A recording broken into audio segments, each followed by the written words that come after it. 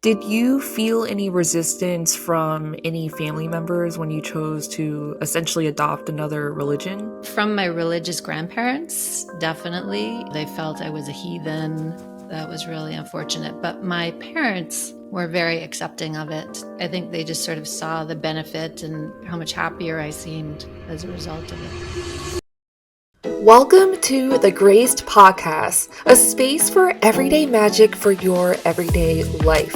We do this through rituals, aligning yourself to your soul's purpose, and creating alchemy to heal our mind, body, and spirits so that you can bring in more love and joy, manifest your desires, and believe in your dreams. Listen and watch over at gracedduong.com/podcast and on YouTube, Apple Podcasts, Spotify, Instagram, TikTok, and all the places you can find me on social media. Now let's dive in to today's episode.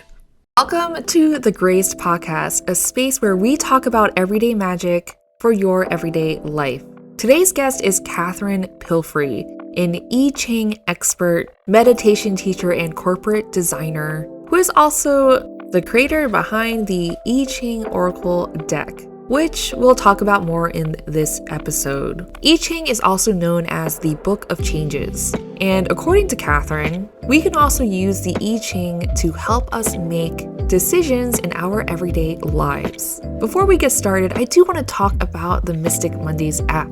Have you downloaded it yet? If you don't happen to have a physical deck with you, drawing your cards on the go is easy peasy with the Mystic Mondays app at your fingertips. Check it out on the Apple and Google Play Store and download it for free today. And we are doing a giveaway of Catherine's deck, the I Ching Oracle Deck, on Instagram. So if you want a deck to feature and learn the I Ching and how to apply the I Ching to your life, check it out on at grace.duong and at Mystic Mondays Instagrams for the details. Now let's dive into this episode. Hi, Catherine. Welcome to the GRACED podcast. Hi, thanks so much for having me. Yeah, so you've been a part of the Mystic Mondays community within the Coven, and I'd love to hear more about your inspiration behind creating the I Ching Oracle as both the author and artist of this deck, and about the I Ching in general. I actually don't know too much about it, but people have mentioned it several times to me about learning more about it and how to use that in your everyday life. So let's start off with, what was your inspiration behind creating the I Ching Oracle deck? Yeah, well, I have been using it myself for the last 20 plus years. And it was at the start of the pandemic. I was seeing a friend who's an acupuncturist and also a healer, and she uses cards in her healing practice. And she was pulling cards each time I saw her. And I wasn't so familiar with tarot and oracle cards before that. And as I saw her using them and how wonderful they were, I was thinking, oh, it would be so great if there were I Ching cards. Because the I Ching is typically you just consult a big book. It turns out there aren't very many card decks on the market. And so when I started looking, I didn't really see anything that I liked. And by chance, I was looking on Behance, Adobe's portfolio site, and I saw Ambi Sun's cards for her deck, which now it's called the Orion's Animal Tarot, I think. And I thought her illustrations were so beautiful. And she had a link to Kickstarter. And so I saw she had done a Kickstarter. And then I found your deck because you had also done a Kickstarter. And I was like, this is really cool, because these two women have done these beautiful decks and they funded them on Kickstarter. That was the start of my inspiration. And I reached out to Sun, and she told me how she made the sample decks. So I just started on my way. And because it was during the pandemic, I had lots of time, and I just sort of dove into this process of making the deck. Yeah, and they're beautiful. I actually did the deck unboxing video yesterday, so had a chance to look through all of the cards, and I feel like the way it's organized is very easy to understand. So if you're not familiar with the I Ching, I feel like with anything metaphysical, whether it's the tarot or I Ching or any modality, there's like that learning curve nerve when you're embarking on this. But when I was drawing the cards yesterday, I was just like, this is so easy to understand. It's like, for example, I just pulled receptive power and it says, be accommodating, be consistent, have a generous spirit, let yourself be guided, follow. Quiet perseverance brings good fortune. And I also feel like you were really intentional about pairing, like there are like little patterns on the cards with each, what do you call these, sayings? I want to say sayings, but I don't think that's correct. Oh, on the cards, I sort of call them the pith instructions on the card, and then there's more detailed in the guidebook. I'm so glad you said that because that was definitely my intention. Was I wanted it so that unlike the tarot, where you really have to know what the chariot means or the high priestess, I wanted you to be able to just pick it up and get the gist of it right away, right from that card, and also to have it on the card so that you can have it on your desk during the day or, accessible sort of as guidance. And it was interesting when I saw like your deck and Sun's deck. You both are illustrators or illustrator designers, right? And I am not an illustrator. And so that was part of my initial sort of question was, how do I do a deck when I'm not an illustrator? But I design patterns. So that's where I was like, oh, I already have a lot of patterns. And so the patterns are representative of the hexagrams. And then the color is also representative of the energy of the hexagram.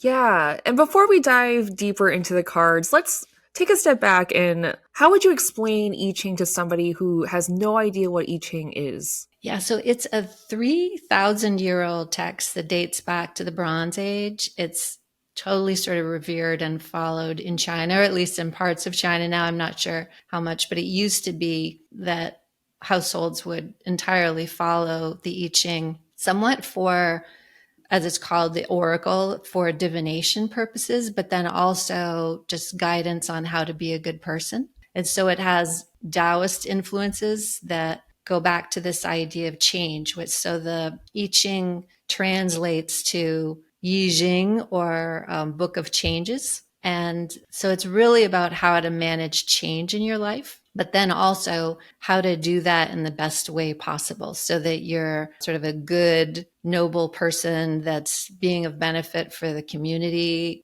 that's open-hearted and genuine. And so it has both aspects that you're trying to manage your life, but also be a good person.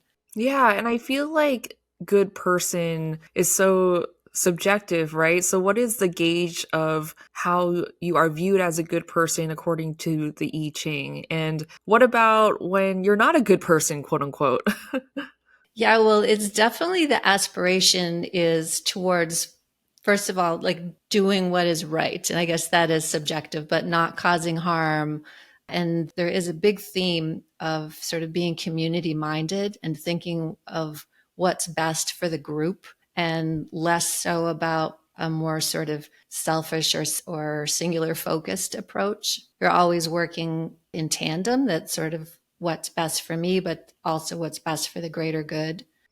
Yeah, I find that, as an Asian woman, both of my parents are Buddhists, and growing up, they were immigrants having immigrated to America. And my family in general, I think it's very much a group consciousness, like the whole entire family as a unit versus like, I think in Western culture, growing up as an American, it was just kind of like this inner battle, so to speak, because you grow up with these values of group consciousness, perhaps even to the point of sacrificing parts of yourself. Whereas in America or in Western society, I think it's much more about this individual consciousness where you really want to have your own identity and what you stand for. So, what is the bridge between those two worlds? And is there one? Yeah, it's interesting because I'm from Canada and I feel like Canada is much more community minded and not like they don't have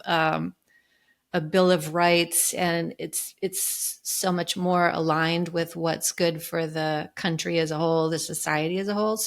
And I also have been Buddhist since I was 17, so it totally resonated with me, this whole sort of notion of the view of the I Ching. And I think that that's the sort of striving for individual sort of excellence and freedom in the US, I feel like has a lot of problems to it. And so that's part of my inspiration with bringing this card deck to life too, is I just felt this drive in me that the I Ching needed to be more accessible and available to people for a different perspective.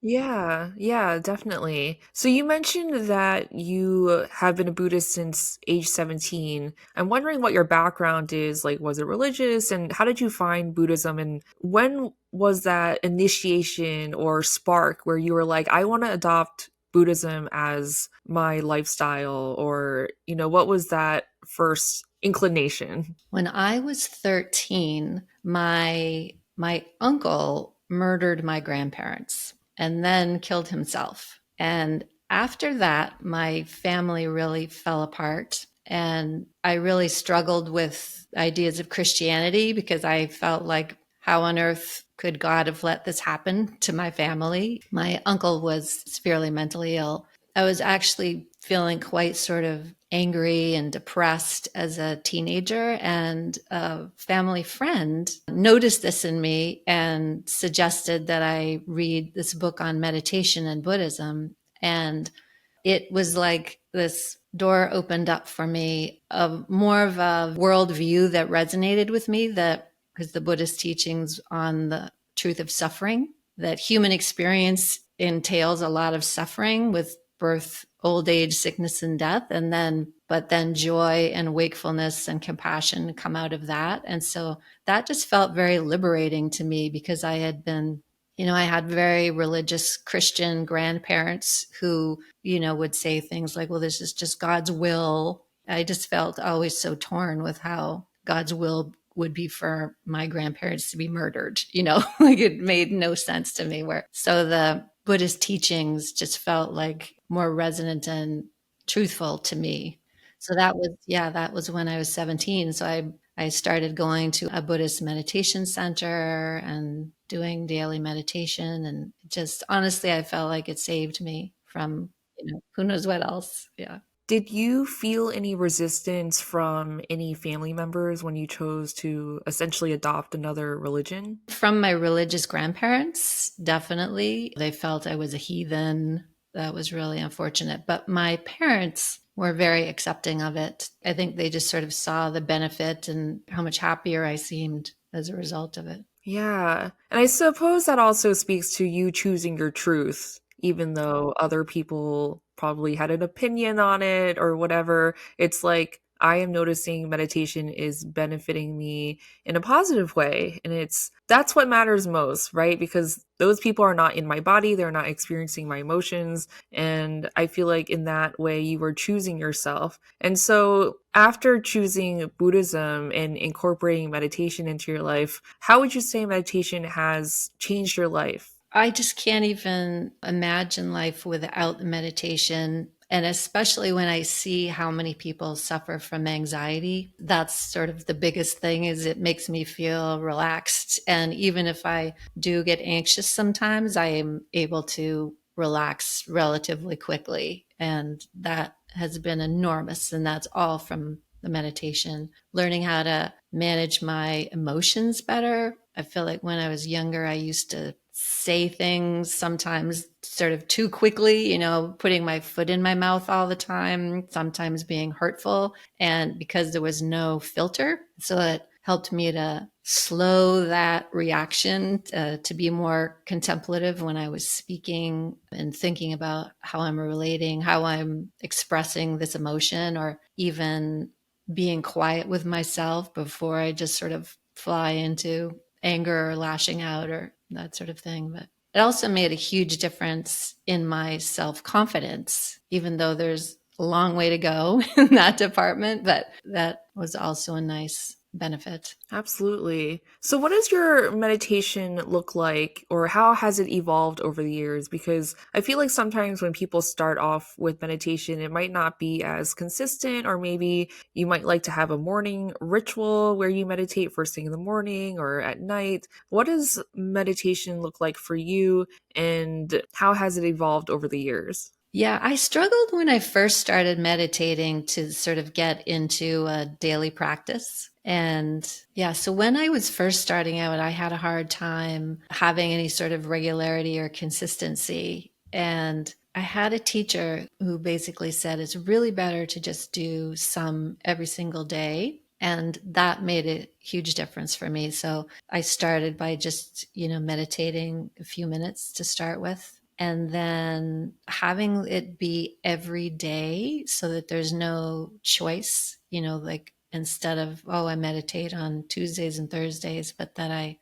meditate every day, like I brush my teeth every day. That really sort of helped with the consistency. So then, depending on how my schedule has been over the years, it might just be half hour a day, or there was a time when I did an hour a day. And that's honestly when I felt the happiest and the less sort of unhappy with my life, even though I was single and seemingly didn't have everything going, I felt a lot of joy and happiness during that time. And I understand you're a meditation teacher along with the other things that you do. What would you say to somebody who is just starting their meditation journey and wanting to get started? I think one of the most helpful things, as I was saying about my practice, is just doing it every day, even if it's 1 minute, just getting in the habit of doing it every day. And for me, it is helpful to do it first thing in the morning because it's so easy to get distracted and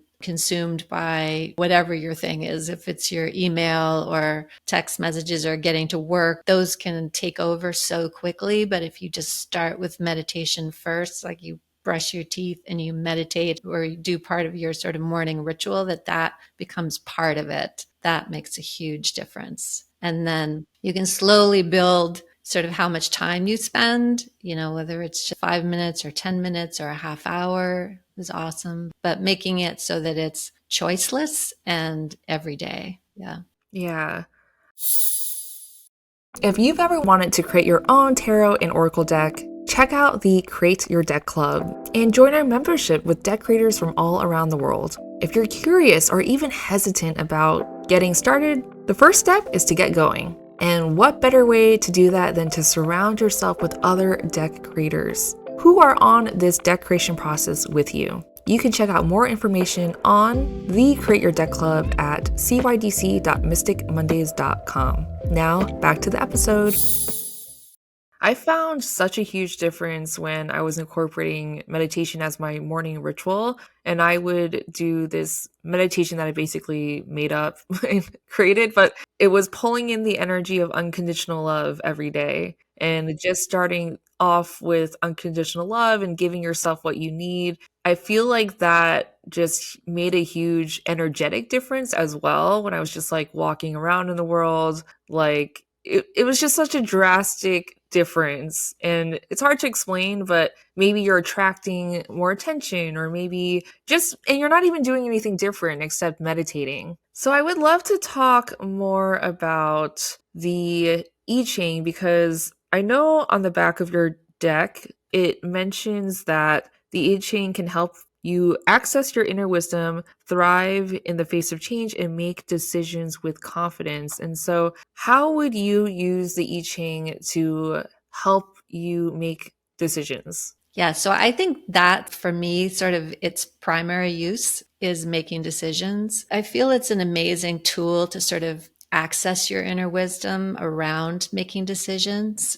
And it's also really important how you ask the question and being clear on your question. So I have a journal, so I write down the question that I'm thinking of and then really sort of contemplate to make sure I've framed it properly and accurately of what is the real issue and not maybe some other emotional thing underneath that. I also will use it for any kind of decision. I mean, often it's for bigger decisions, trying to figure out a business issue. I use it a lot for work related stuff about how to proceed with a meeting with a client or how to handle a relationship issue or how to feel about a conversation I had with my mother. It also can be smaller daily things, but that's when I would often consult the I Ching. Yeah, and so tell us how the I Ching works. Like, I noticed that you highlighted different, I think, symbols, on the back of the cards. And what is the system of I Ching and how does that work? So the I Ching is made up of 64 hexagrams, and that's what's on the back of the card. And so a hexagram is comprised of six lines stacked on top of each other. And the six lines are either straight or broken, and they represent yin and yang. So the straight line is yang, and the broken line is yin. And so there are 64 cards because that is 2 to the power of 6. So that is the most possible combinations that you can have of yin and yang. And then that comprises basically all of our experiences as, sentient beings, human beings. Wow, that's amazing. I noticed that within the guidebook, for example, so we have heaven, thunder, water, mountain, earth, wind, fire, and lake. And so is this similar to how tarot uses like suits, or how does that work? Maybe a little bit. So a hexagram is made up of 2 trigrams, so the 3 lines and 3 lines, and each trigram is connected to one of those elements of the earth, whether it's lake, water, wind, like you were saying. So on the cards, the patterns are also connected. On the back of the card, you have this hexagram pattern symbolizes earth. So those patterns also symbolize those aspects of the earth that make up the trigrams that then make up the hexagrams. Yeah, and I think something I also noticed is that obviously you're pairing the words against like a bright color, but not all of the shades are the same. And so I was wondering what your design thinking was behind that. There could be like 2 green cards, but they're not the same green. They're like almost the same, but not quite the same. So I was wondering what the intention was behind that. Yeah, so every card is a different color. So the green ones tend to be more energetic because of green and growth and springtime. So the green ones tend to go along with that. Darker colors tend to have more what we might call negative or heavier energy. The oranges and reds are more energetic and dynamic. Yeah, so they all sort of correspond. The blues are more sort of peaceful and calming generally. Yeah. Yeah. And so is that part of the I Ching or was that part of your design thinking that you brought into this deck? Yeah, no, that's just my design. Nice. So, what was the process like creating this deck? Because I know everybody approaches it differently. So, what was it like for you? So I started with creating the patterns. And so I took the 64 hexagrams and then just started working on the patterns. And then I started working on, okay, and all the patterns were gold. I knew right away I wanted a white and gold box. And I wanted the gold and white on the one side of the card. But so it was very much around more of the design and the colors and the patterns of it. Then I went to what colors sort of represent the energies of each hexagram. And I had big spreadsheets on my wall of thinking about, all of these qualities for each of the hexagrams. It was so much fun, but I really also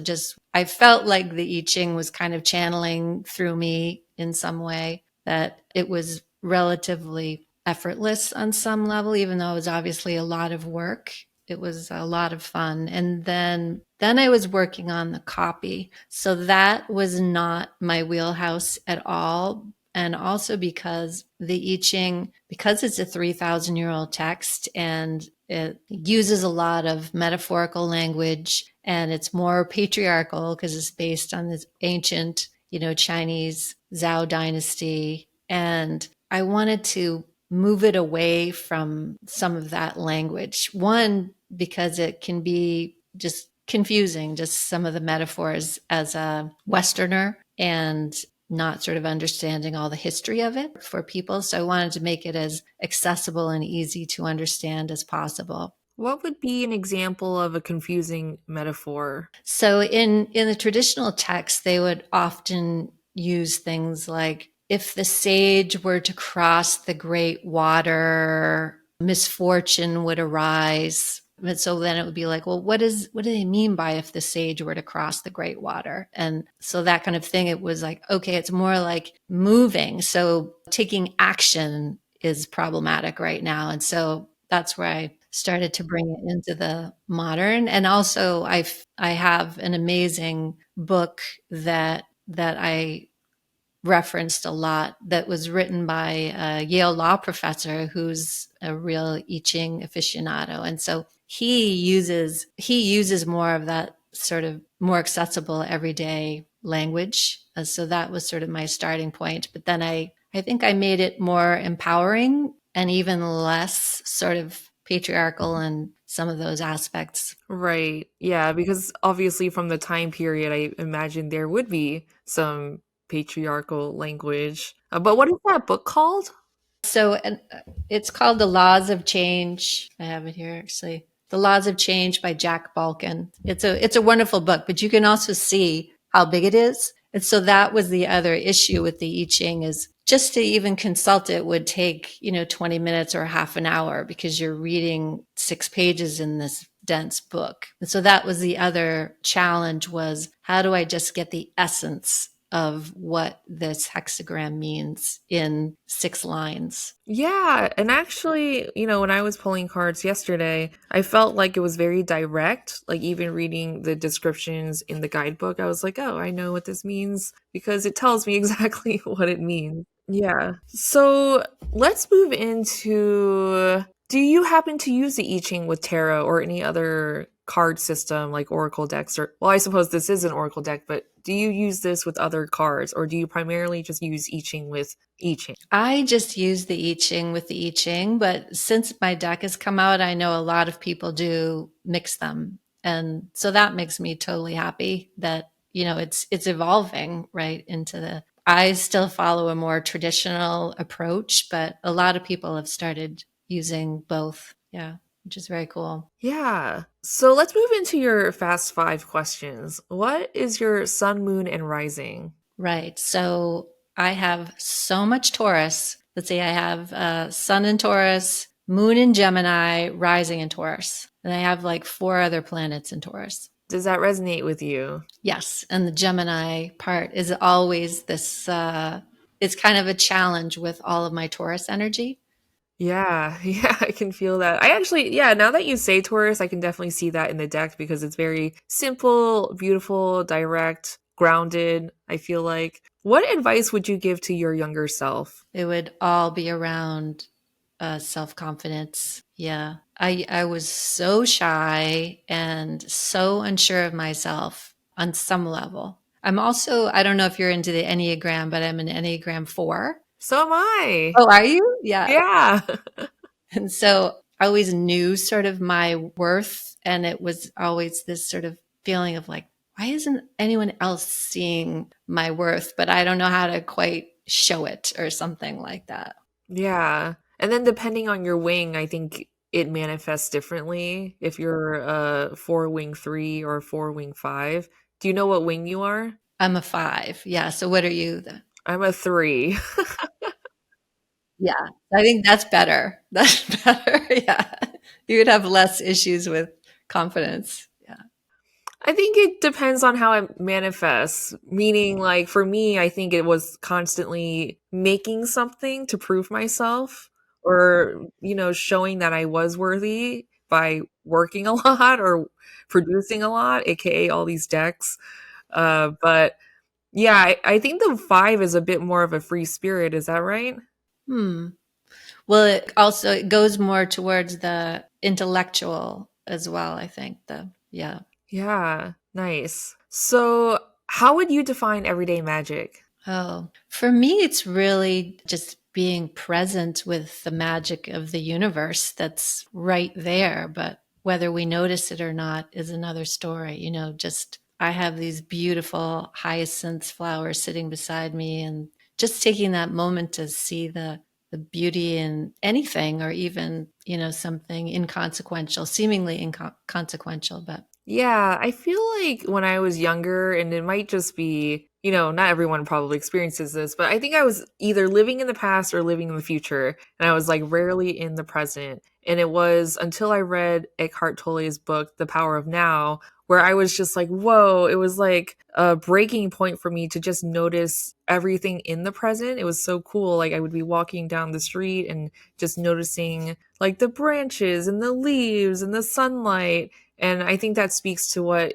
you're saying too, and probably also what the I Ching is also about, right? Like being in the present moment, because you can't really make powerful choices and decisions without being in the present. Absolutely. Absolutely. What are your favorite rituals? Definitely my meditation practice in the morning. And this is a funny one, but lately I've been sort of making a ritual out of putting lotion on my body because I realized that one, I wasn't paying attention, but also it was like there was a lack of gentleness to it. It was just like, in the morning, sort of getting ready, slapping lotion on, brushing your teeth. And now it's this really interesting kind of self care for me to like take the time to just gently put lotion on and care for myself. So that's kind of a new thing. Yeah, I love that. I had a very similar ritual that I shared in an episode with Amanda Garcia's podcast that I did, where at the time I had made my own salt scrub. But while you're scrubbing it on yourself in the shower or bath, you're also saying an affirmation to yourself. So I felt like, because, like the way you approach everyday rituals or routines may not be magical, but I think if you put the magic in it, then it becomes magical because of that intention. And what a world of a difference it is just caring for yourself by putting lotion on in a certain way, in a softer way. It sounds so small, but like you said, it has a powerful effect. Yeah. And I feel like that's so Taurusy. Right. The Taurus ritual of feeling luxurious with the practical things, because you're going to put lotion on whether or not have that intention of like lathering yourself in luxury. And I mean luxury, it could be like the type of lotion you're using, but I suppose it's also like the quality of how you're using the lotion too. Yeah. What are you looking forward to in the near future? I'm really looking forward to more people getting exposed to the I Ching Oracle. That's really exciting for me, and getting feedback of how people have found it really helpful. That's been wonderful. On a more sort of personal level, we're going to Provence in June, so I'm super excited about that. I have never been, so That's exciting. yeah. Yeah. Well, there are lots of deck lovers listening to this podcast, so I'm sure more people will find out about the I Ching Oracle. So let's end the podcast interview with a collective reading with your deck from you. Great. Are you ready? Yeah. Okay, awesome. I was listening to a podcast you did with Biddy Tarot the other day, and she pulled a card, right? And she said something like, "Be good to me, Tarot." It always makes her nervous. And I was thinking, oh, I can totally relate. that was really anxiety producing for me the first few times I did it. Yeah, yeah, you never know what's going to come out, but whatever come out is meant to come out, whether you like it or not. Right. I had someone ask me if their marriage was going to survive, and one of the cards that popped out was the Tower card. Oh, wow. And I was like, don't be scared. Don't worry. If something unexpected is happening or might happen. And then she confirmed that her husband had lost his job. So, but I was like, don't worry. Don't worry. Yeah. Oh, interesting. So I pulled hexagram 3 is difficulty in the beginning. And that's kind of interesting for the spring too, because out of the chaos, a new day is taking shape. Be patient, seek help, proceed cautiously before you make a plan. There is a lot of potential. Love that. Yeah. Yeah. I also feel like that really resonates with what we were talking about within this episode of even starting a meditation practice. Like it might be hard in the beginning, but then you get used to it and it becomes a part of your ritual routine. And then you're like, hey, you're a meditation teacher like you. From here to here. That's true. Oh, I think difficulty in the beginning is something that's really good to remember when we start all kinds of things. And just for that reason. Yeah. Yeah, and I also feel like energetically and cosmically with the collective, we had a solar eclipse, we have a lot of like cosmic things happening, and all of that aligns to the start of spring, which to me, I always think of spring as like the real start of the year because in the middle of winter on January 1st is not necessarily when I really want to make changes. It's always around the springtime. So, yes, it can be difficult, to implement that change, but change is coming whether you like it or not. Right. Right. Well, thank you so much, Catherine. This was such a pleasure. Thank you for sharing your I Ching wisdom and your gorgeous deck. I feel like I'm going to be using this more. I feel like while you were talking about the I Ching, my third eye was bzzz, and I think that's a sign for me to also integrate this more into my life. So thank you so much for sharing with us today.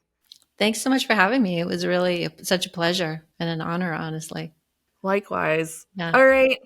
Talk later. Bye. Thanks so much.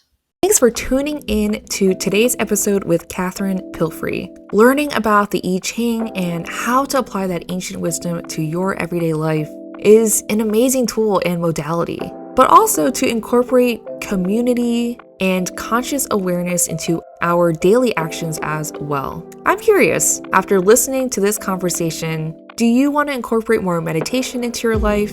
Let me know where you are in your meditation journey and how meditation has or hasn't affected your rituals. And as a reminder, we will be doing a giveaway of the I Ching Oracle Deck on Instagram. And also check out the deck unboxing video on the Mystic Mondays YouTube channel. Until next time, my dear mystics, unicorns, fairies, if you are facing change, you can surely weather the storm, especially with tools like the Book of Changes, aka the I Ching, at your hands. Sending you grace today and every day. Thanks for tuning in to this episode. Remember to subscribe and check out other Graced podcast episodes for how to apply everyday magic to your everyday life. See you next time.